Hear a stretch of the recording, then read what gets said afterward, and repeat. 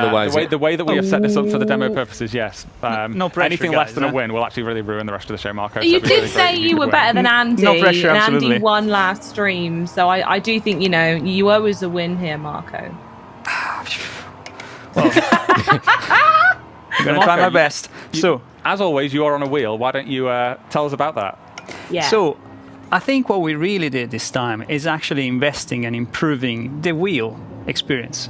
And what we did is actually improving the handling and focusing on the force feedback code implementation to actually capture more details and create a whole new experience when you're driving with the wheel. And you can tell right now, I literally lost the back end, and the wheel told me immediately, and I could catch the car quite easily. By the way, I'm on simulation steering and traction control off, so just to make it a little bit tougher.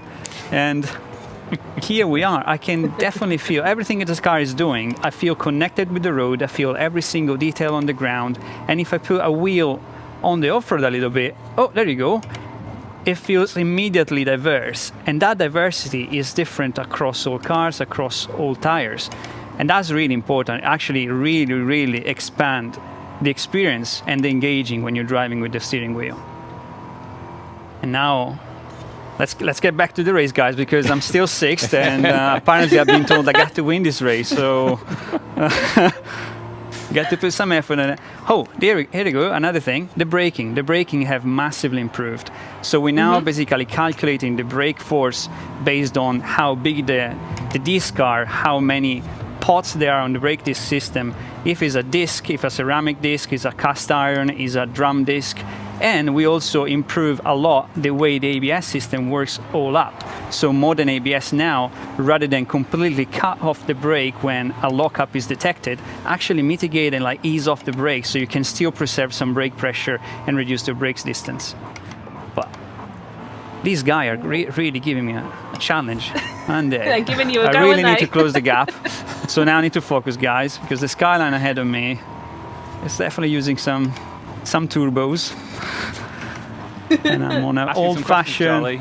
Quiz him, Charlie. Yeah, in fact, you know what? I'm going to go off a little bit here. I think there are a couple of people in chat who are asking, you personally, Marco, if you have a preference of just playing on this camera, because I think some of them would be keen for you to change it. Obviously, I want you to thrive the best way you thrive, but do you have a preference for this camera over the wheel over others?